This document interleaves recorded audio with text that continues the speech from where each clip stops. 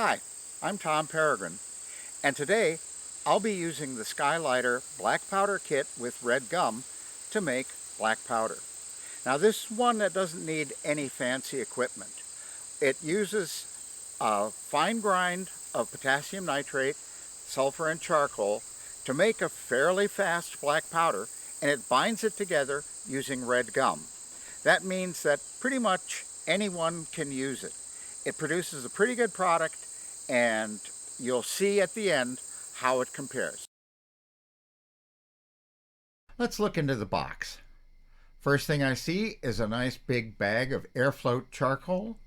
It's large because airfloat is very non-dense. Next thing I see is a bag of sulfur. It's smaller, even though it weighs the same because it's a lot more dense. And then the last thing I see in this box is a wee little bag of red gum. At first that concerned me, but you only need 1%, so a small bag is enough. In the other box, there was the potassium nitrate. This is shipped separately to keep incompatible chemicals away from each other in shipping. These are some of the other things that I'll be utilizing: a balance, clean cups to weigh things into, clean spoons, gloves, a respirator, coffee grinder, screens of various sizes, an aluminum tray, denatured alcohol that I got from the big box store, and static guard to help keep static down on dry days. The first thing I want to do is to process my chemicals so that they're in the best form possible for use later on in the process. That means I'll be dissolving the red gum in denatured alcohol, and I'll be grinding and screening the potassium nitrate using an old coffee grinder that I picked up cheap at one of the used stores. So, first thing is to weigh out the red gum. Now with some of these things, you might want to use a dust mask. I'm not going to do that here because the quantities are small and it would interfere with my ability to talk.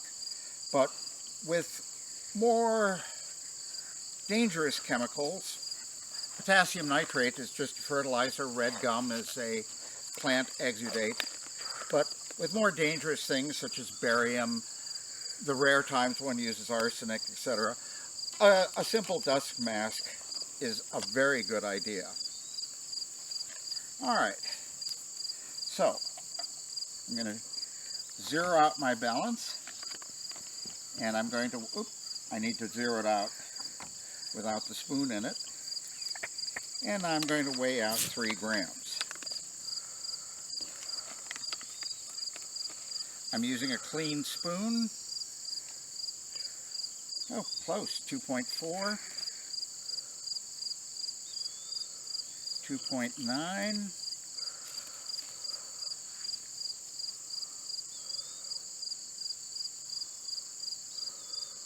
and 3 grams. Now I'll wash that spoon before I use it again. I like to try and keep my chemicals from getting cross-contamination. Now, having measured out the red gum, I transfer that into an Erlenmeyer flask.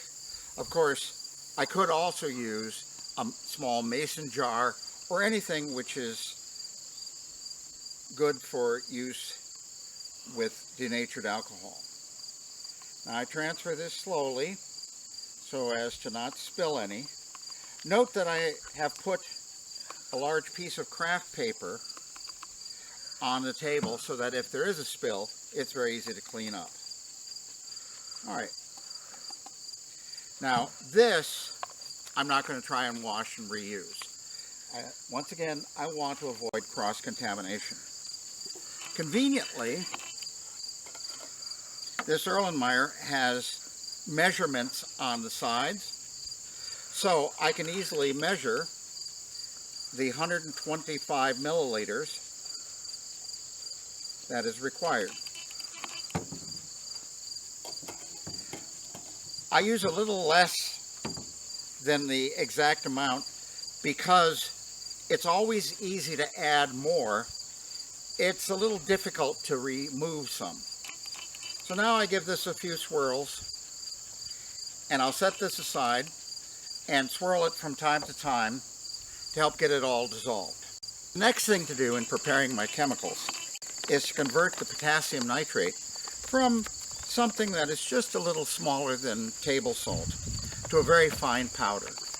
The reason I have to do that is because it's going to provide the oxygen, and if it's in too large of a grain, it will take too long for the heat to penetrate deeply into the grain and release the oxygen. So by having it as very fine powder, the heat will penetrate very easily and liberate the oxygen very quickly. So what I'm going to do is use this coffee grinder, which I picked up at a recycle store, and I will use that to grind the potassium nitrate.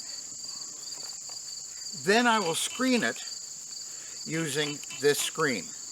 Now normally I would have liked to have used this screen.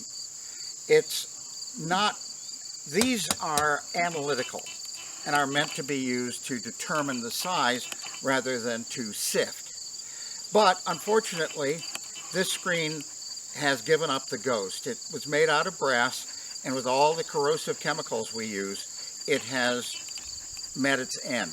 So I'm going to have to rebuild this screen. Until then, I'll use the analytical screen. So the process is fairly simple. I open the potassium nitrate, and I use a clean spoon, and I put in some of the potassium nitrate into the coffee grinder. Not too much. At first it might seem that putting in a lot would mean that you grind a lot. But there's only a certain amount of material that hits the blades every second. And if there's a lot of potassium nitrate in here, you won't get a very fast grinding action. So just a little bit, and then grind it for a good long time. Now, having ground my potassium nitrate, it's time to screen out the particles that are still too large from those that are fine enough. So I will open this carefully, because there could well be some dust from the grinding process, and I pour it fairly carefully into the screen so as to not get dust going each and everywhere.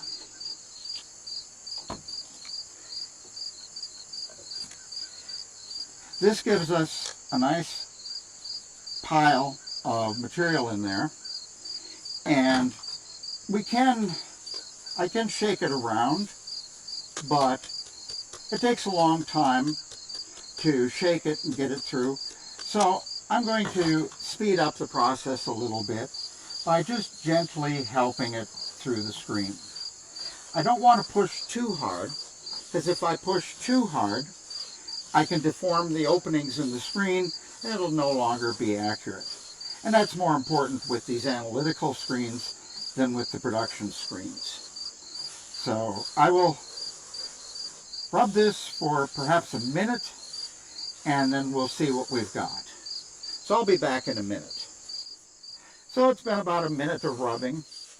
As you can see, I've got about perhaps 2/3 of the weight through.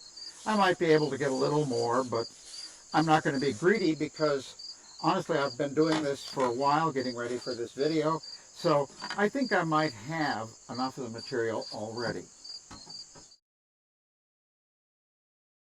Before we mix it, I'm going to save the potassium nitrate that I've already screened. Now, it's humid today, it's already started to clump together. It may well need to be reprocessed again, but I don't want to put it back in with the really coarse stuff. So I'm going to put it into a food storage container that I stole from my wife's kitchen. And it will never go back. Anything that I use for pyro is only for pyro. Nothing gets put back into the kitchen or into the food.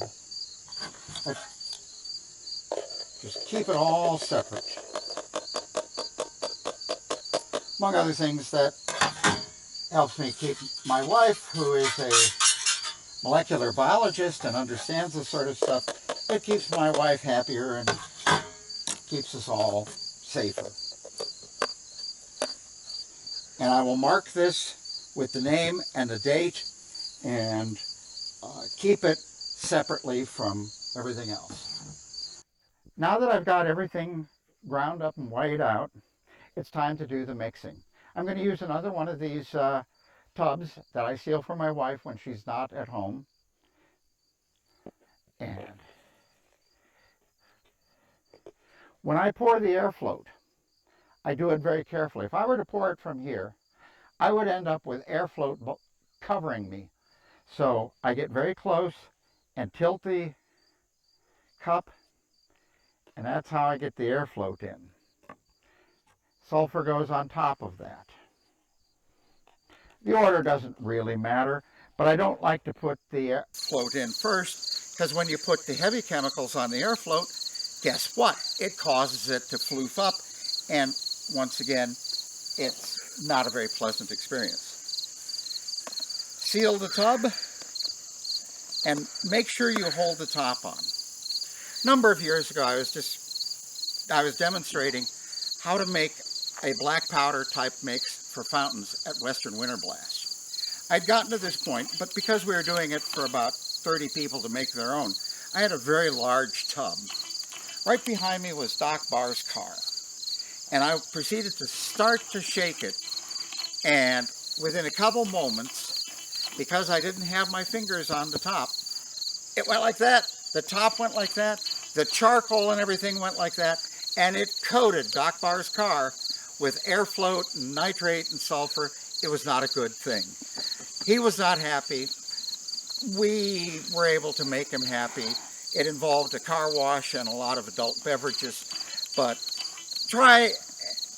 I'm always try to make sure the top stays on. Now, it's hard to say how long to do the first shaking. It's not going to do a really great mixing, but you want to make sure that it's mixed fairly well.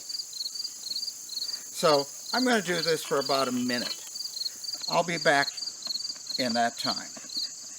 Okay, so I've been doing this now for about a minute, and it's time to put it through the screen. Because there's air float in here, I want to treat it as if it's going to try and coat me from top to bottom with black powder. So I try and dump it as gently as possible. And you can see that there's a fair amount of white and yellow particles still in it. And that's to be expected.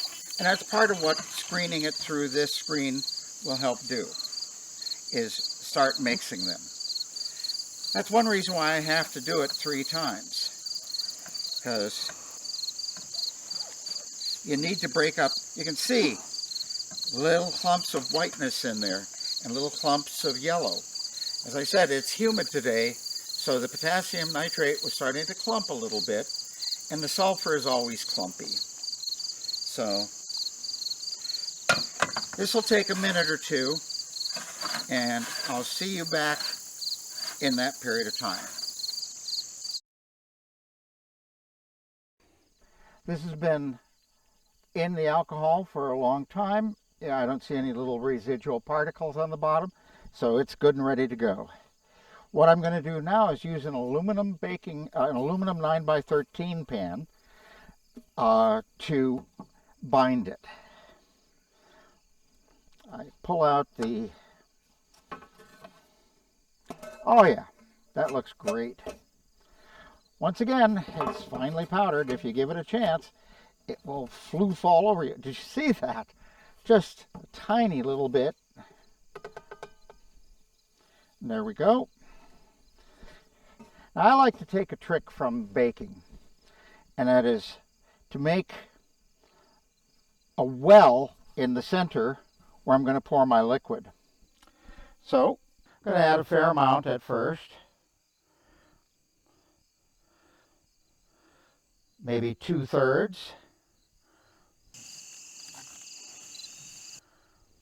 Now I don't mind using a spoon that's been contaminated with potassium nitrate or charcoal or sulfur for this step because it's already in there. But I wouldn't use any just random spoon off of my work area. And it soaked up the liquid. Now the Skylighter instructions say to use this respiratory mask. And it's a good idea. You don't want to be breathing a lot of solvent. However, if I were to wear that, so I'm not going to wear it at this time. Okay, it's starting to compact nicely into there. So I'm going to make the well again. Pour in a little more. I feel it's starting to get to the right consistency. What I'm looking for is a shiny ball. And it's starting to clump, but it's not a shiny wet ball. So mix it all through, make sure everything has a good chance to get wet. And I'll put the rest of this in. That's the full 3 grams of red gum. I may have to add more, but all I have to do is add liquid, the denatured alcohol, rather than more red gum. It's got all the red gum it's going to need. That's one reason I like to go a little bit shy with the amount of alcohol when dissolving the red gum. I don't want to get to a point where I only add 2/3 the liquid. That would only add 2/3 the amount of red gum. Okay, it's all in there. It's not forming a shiny ball. So I'm going to add some more denatured alcohol. I'm going to add this a little bit at a time.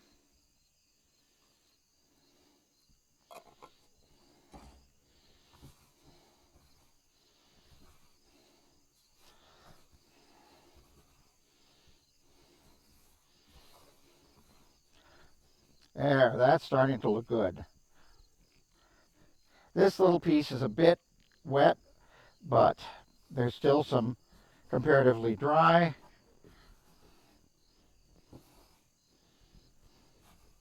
Yep, it's starting to distribute nicely. There we go. That's a nice. Dry that and use it in one heck of an interesting baseball game. So I'll soak up all the little particles, scrape the corners.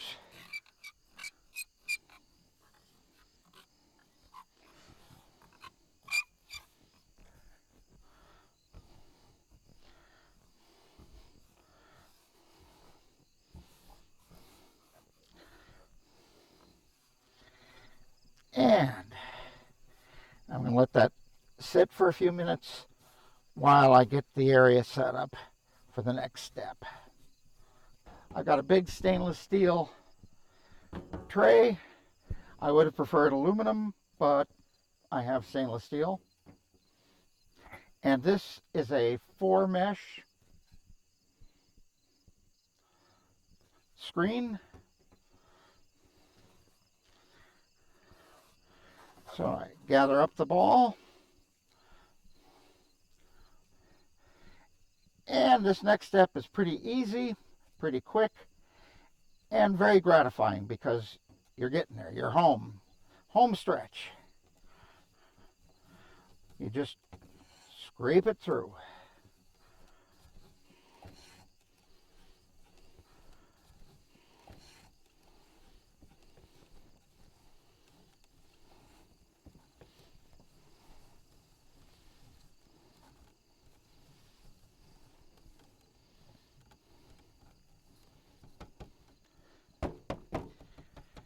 Now I have a little brush over here. I use that to help poke it out of the screen openings. Now at this point, this is a fairly dangerous little tray of stuff. It has a black powder, which is wetted with highly flammable alcohol. So you definitely want to make sure there's nobody smoking. You don't want to have anything like a water heater with a pilot light or furnace with a pilot light. You want to treat this with a huge degree of respect. Failure to do so could be a serious issue. Okay, now I spread it out. Being very gentle, this stuff is easy to clump up. So I just spread it as much as I can.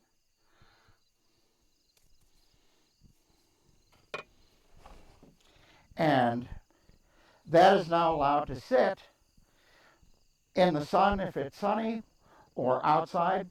The alcohol will evaporate quite quickly. However, I always try to make sure that not only do I not smell any alcohol, that it's been an hour or two since I smelled any alcohol, because there will be some inside the grains and it takes a while for it to percolate out. But at this point, I now have about 300 grams of a form of black powder, and in a little bit we'll look at how it burns and we'll compare it with commercial black powder. The black powder is now dry. I'm going to sift it into -20 and +20, utilizing a good old kitchen screen, which never will go into the kitchen, an aluminum baking tray, and a spoon. Unlike the previous process, this will be fairly simple because I don't have to push it through the screen.